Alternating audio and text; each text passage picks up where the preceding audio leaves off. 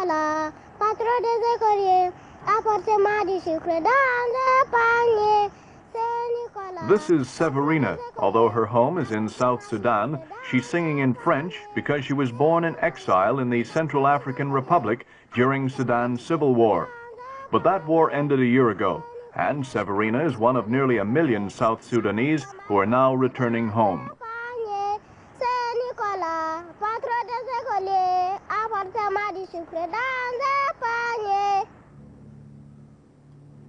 The war, which had lasted 17 years, had pitted the Arab North against the mainly Negroid South. It was a bitter feud the Sudan could well have done without, for although this is the largest country in Africa, it's also one of the poorest.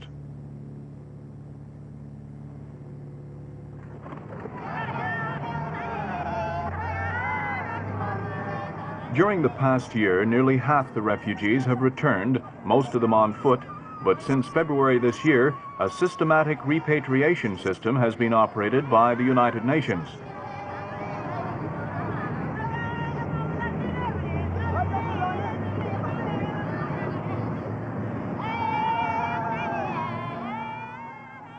Only a third of those returning are refugees in the strict sense of the word. The majority are people who did not leave the country, but simply fled into the bush to become displaced persons.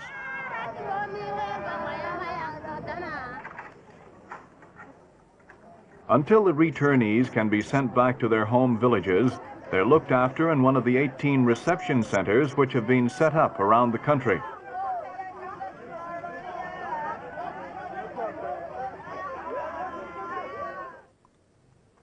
There's now a much clearer idea of how many people are returning, as everyone entering the camps is registered. The government hopes that all those who fled will be back in their homes by July. You came from Agago settlement? Yes. Okay.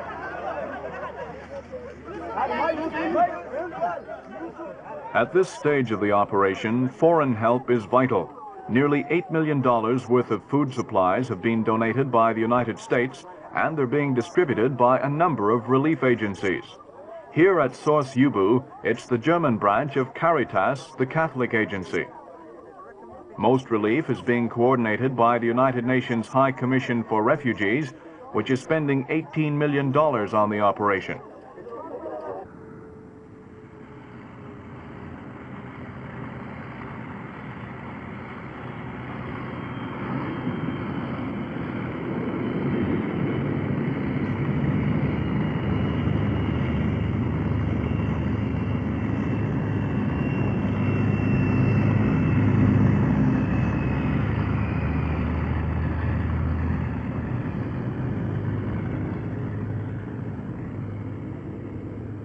One of the UN's first decisions was to start an airlift between the South's 3 provincial capitals, Juba, Malakal, and Wau, a distance of over 1,000 miles. Although it's now reduced to 1 daily flight, the airlift has proved indispensable in getting regular supplies through.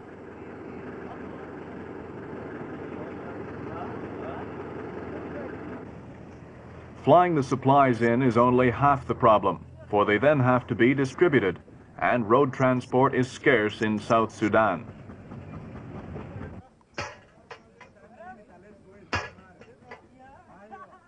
The UN agency has purchased 60 large vehicles and also brought in spare parts for existing trucks. This saves money and also provides work for the local mechanics.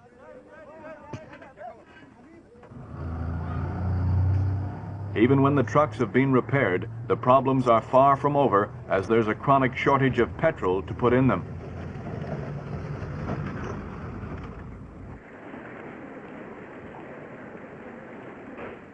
Another problem is the lack of adequate river crossings.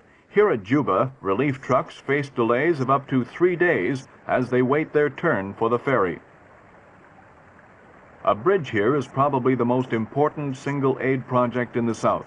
Fortunately, the problem may soon be solved with Dutch help.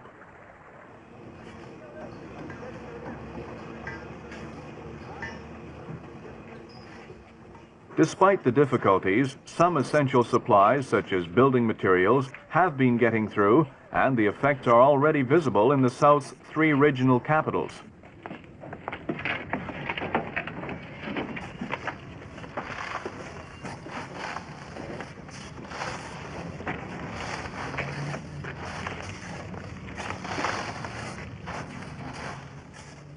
In many cases, it's not a question of rebuilding what has been destroyed, but of providing facilities the South should have had long ago, such as enough schools.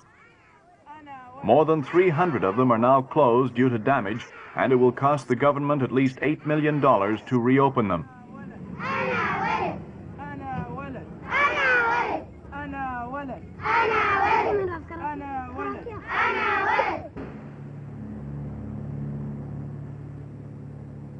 Probably the worst hit area of the South is the Upper Nile province, where roads are only ever usable for a few months of the year due to flooding. Air transport here is indispensable.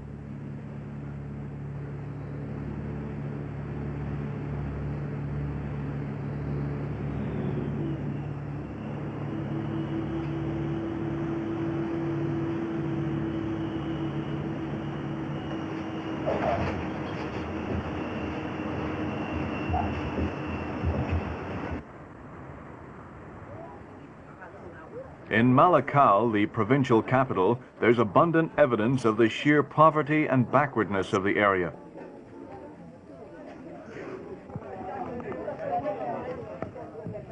The same weather that makes Malakal inaccessible also gives it an unhealthy climate, where bilharzia and other tropical diseases flourish. The situation's been made worse by the long period of disturbances.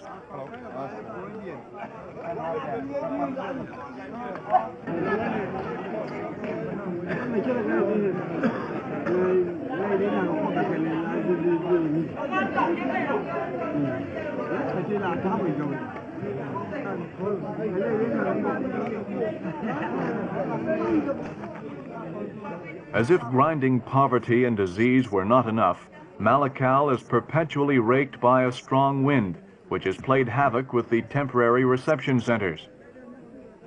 Despite the conditions, the attitude of the returnees is one of quiet acceptance. Many have suffered worse in the bush.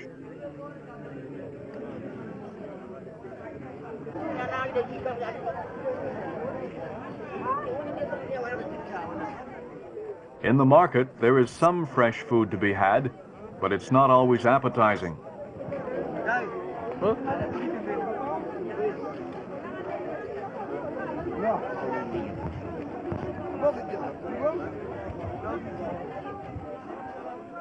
Two years ago, there was an abortive coup d'etat in Khartoum, which resulted in a fierce repression of communist sympathizers throughout the country. But that hasn't prevented the Sudan from accepting help from any country, regardless of its political system. Communist Chinese doctors are now doing excellent work at Malakal Hospital, and Chinese aid is helping to train local nurses.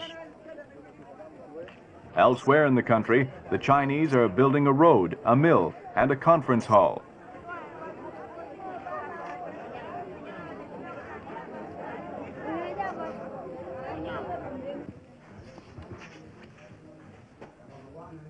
Along with their modern skills, the Chinese have also brought a more ancient one, acupuncture.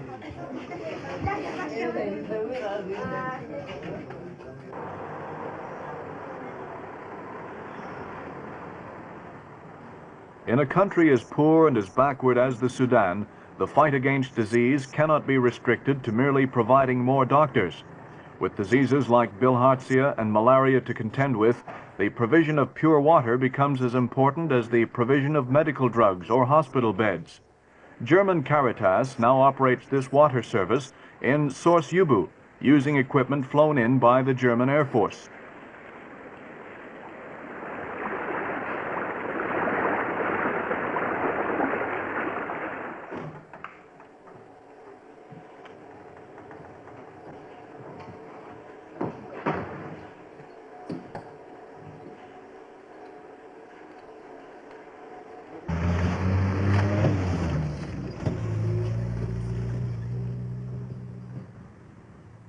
Although the relief teams have been driving about the country for months now, their appearance can still cause surprise and even alarm at times.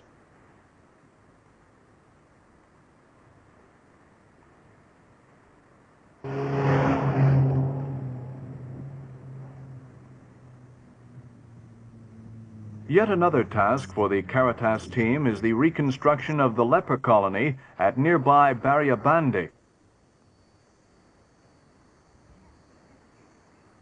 Most of the lepers in this colony fled to the Central African Republic, but it's hoped that 250 of them will be returning soon.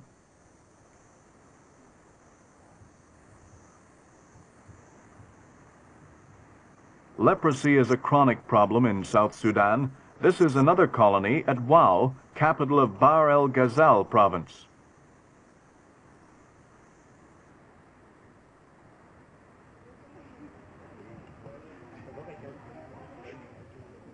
The disease rarely causes death by itself, but it lowers the resistance to other diseases such as tuberculosis or intestinal infection, both of which are common in the Sudan.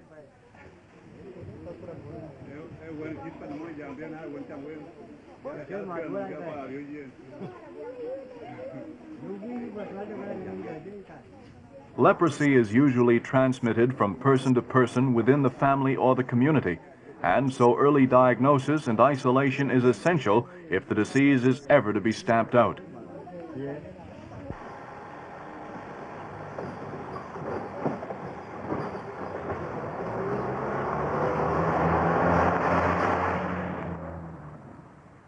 Nobody knows just how many people died during the Civil War, but its victims were certainly to be counted in the hundreds of thousands. War graves like this are scattered throughout the bush, witnesses to the destructiveness of what the outside world often referred to as the Forgotten War.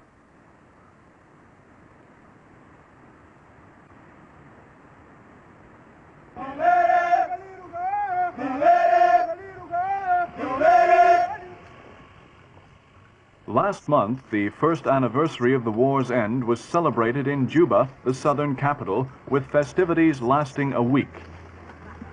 On the reviewing stand were Sudanese President Numeri and his guest of honor, Emperor Haile Selassie of Ethiopia, who had played the role of mediator. They listened as former southern rebels pledged their loyalty to the Sudanese army. After the oath came a speech from Southern President Abel Alier. In emphasizing the problems of the future, and not to dwell on the past that has been bitter, but to draw lessons from this past to avoid future conflicts. Alier's conciliatory speech was typical of the remarkable lack of bitterness in the South after such a prolonged and vicious war. Suspicions and reservations do remain, of course. Some Northerners resent the concessions made to the South, and many Southerners are biding their time to see how the autonomy they've now been granted works out in practice after the region's own elections in 6 months' time. But there's no doubting that both sides are glad the war is over.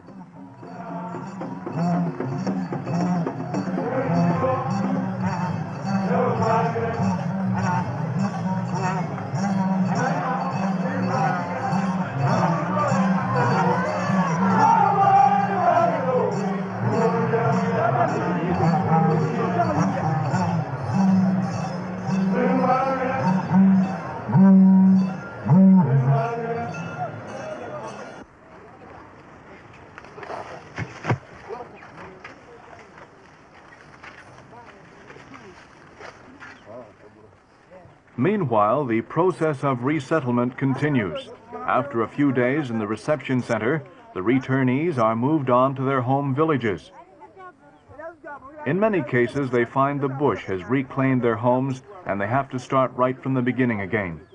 But after all they've been through, it's a task they're more than glad to tackle.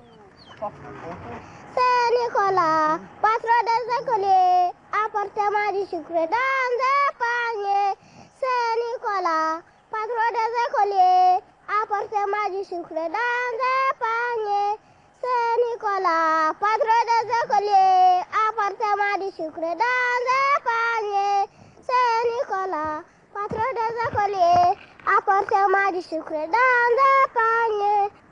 C'est Nicolas, patron des écoliers, apportez-moi du souffle dans un panier.